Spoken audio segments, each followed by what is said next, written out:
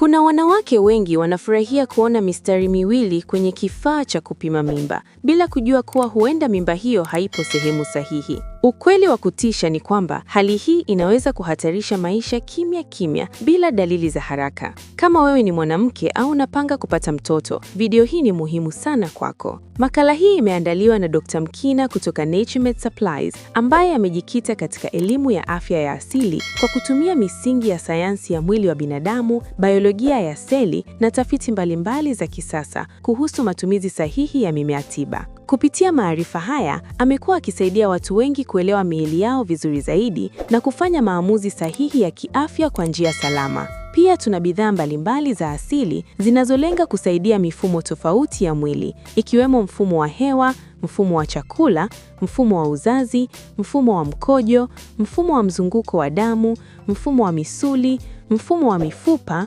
mfumo wa neva na mifumo mingine yote kwa kuzingatia taratibu za kisayansi. Namba za Dr. Mkina ni 0748294113 na kama unavyoona zinapita chini ya skrini ya video hii. Kama ni mara yako ya kwanza kuona video zetu, na kuomba sana ubonyeze neno subscribe chini ya video hii na kuwasha alama ya kengele iliyopo pembeni yake ili uweze kupata taarifa ya video mpya kila tunapozi-upload. Mimba kutunga nje ya kizazi ni hali ambayo yai lililorutubishwa halijiungi ndani ya mfuko wa uzazi. Mara nyingi hujitokeza kwenye mirija ya uzazi. Tafiti zinaonyesha kuwa hali hii ni miongoni mwa sababu kubwa za matatizo makubwa ya uzazi kwa wanawake. Hatari yake ni kubwa kwa sababu inaweza kusababisha kuvuja damu ndani ya mwili bila dalili za awali. Naturemed Supplies tunatoa bidhaa za asili zinazosaidia afya ya mwili kwa ujumla. Kubwa zaidi, tunayo dawa inayosaidia wanawake kubeba mimba salama kwa kufuata misingi ya kisayansi bila kuchukua nafasi ya ushauri wa kitabibu.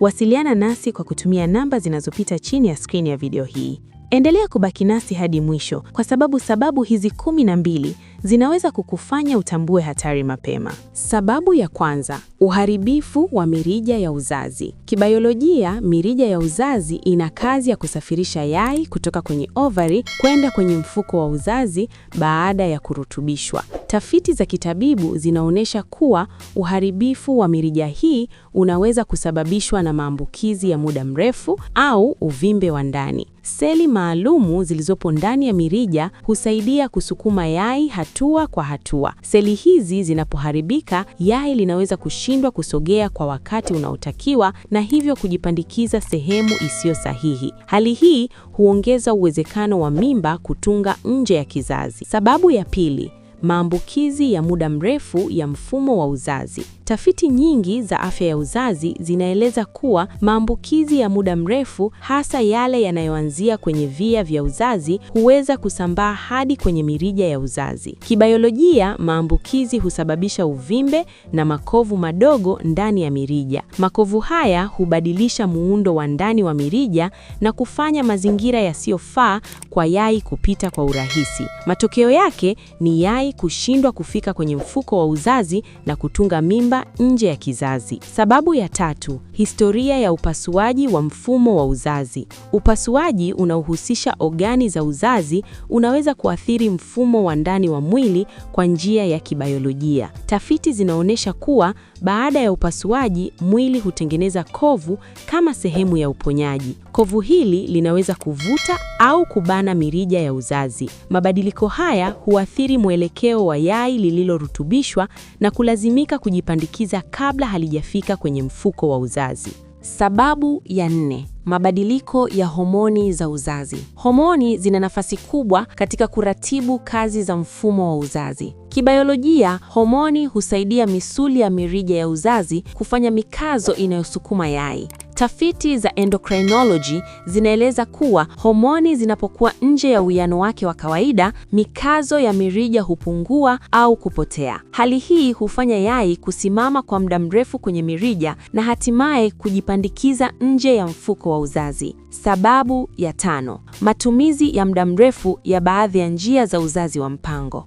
Tafiti za kiafya zinaonyesha kuwa kwa baadhi ya wanawake, matumizi ya muda mrefu ya baadhi ya njia za uzazi wa mpango yanaweza kubadilisha mazingira ya ndani ya mfumo wa uzazi. Kibiolojia, mabadiliko haya yanaweza kuathiri mwendo wa yai au muda wa kusafirishwa kwake. Endapo yai litachelewa kufika kwenye mfuko wa uzazi, uwezekano wa kutunga mimba nje ya kizazi huongezeka. Sababu ya 6: uvutaji wa sigara. Kemikali zinazopatikana kwenye sigara zimeonekana kisayansi kuathiri seli laini zilizopo ndani ya mirija ya uzazi. Tafiti mbalimbali zinaeleza kuwa kemikali hizi hupunguza uwezo wa seli hizo kufanya kazi yake ya kusukuma yai. Kibiolojia, hali hii husababisha yai kusafiri polepole au kusimama njiani na hivyo kuongeza hatari ya mimba kutunga nje ya kizazi. Sababu ya 7: kuongezeka kwa umri wa mwanamke. Kadri umri wa mwanamke unavyoongezeka, ndivyo mabadiliko ya kibiolojia yanavyotokea kwenye mfumo wa uzazi. Tafiti zinaonyesha kuwa misuli ya mirija ya uzazi hupungua uwezo wake wa kufanya mikazo yenye ufanisi. Pia,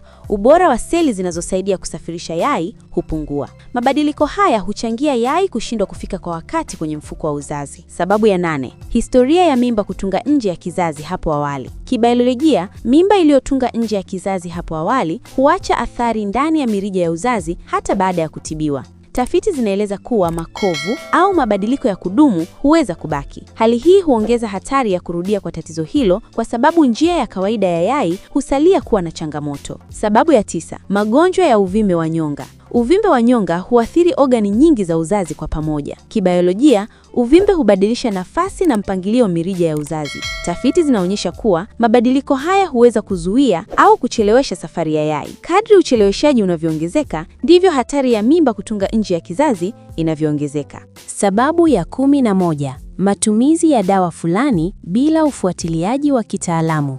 Baadhi ya dawa huathiri homoni au misuli ya mfumo wa uzazi. Tafiti zinaeleza kuwa matumizi yasiyosimamiwa kitaalamu yanaweza kuvuruga kazi za kawaida za mirija ya uzazi. Kibiolojia, hali hii huchelewesha safari ya yai na kuongeza hatari ya mimba kutunga nje ya kizazi. Sababu ya 12: msongo wa muda mrefu wa mwili na akili. Tafiti za kisayansi zinaonyesha kuwa msongo wa muda mrefu huathiri mawasiliano kati ya ubongo na mfumo wa uzazi. Kibiolojia, hali hii hubadilisha utolewaji wa homoni zinazoratibu kazi za mirija ya uzazi. Matokeo yake ni kupungua kwa ufanisi wa usafirishaji wa yai na kuongezeka kwa uwezekano wa mimba kutunga nje ya kizazi. Kwa kifupi, mimba kutunga nje ya kizazi ni tatizo la kibiolojia linalohusisha uharibifu wa mirija, homoni, maambukizi na mabadiliko ya ogani. Kutambua mapema ni hatua ya kwanza ya kujilinda. Mpaka hapa hatuna la ziada. Tafadhali, kama ni mara yako ya kwanza kuona video zetu, na kuomba sana bonyeza neno subscribe chini ya video hii na kuwasha alama ya kengele iliyopo pembeni yake ili uwe wa kwanza kuona video zetu pale tunapo-upload. Like pamoja na kushare video hii ili wengine wajifunze. Makala hii imeandaliwa na Dr. Mkina. Kama unahitaji ushauri wa kiafya au dawa asilia zilizoandaliwa kwa misingi ya kibiolojia, wasiliana na Dr. Mkina. Namba zake ni 0784294113. Pia zinapita chini ya skrini ya video hii. Kumbuka kuwa Naturemed Supplies inajitahidi kuhakikisha kuwa kila mwanadamu anakuwa na afya njema kutokana na vitu asilia. Asante kwa kutazama video hii mpaka mwisho. Ubarikiwe sana. Tukutane tena kwenye video zijazo.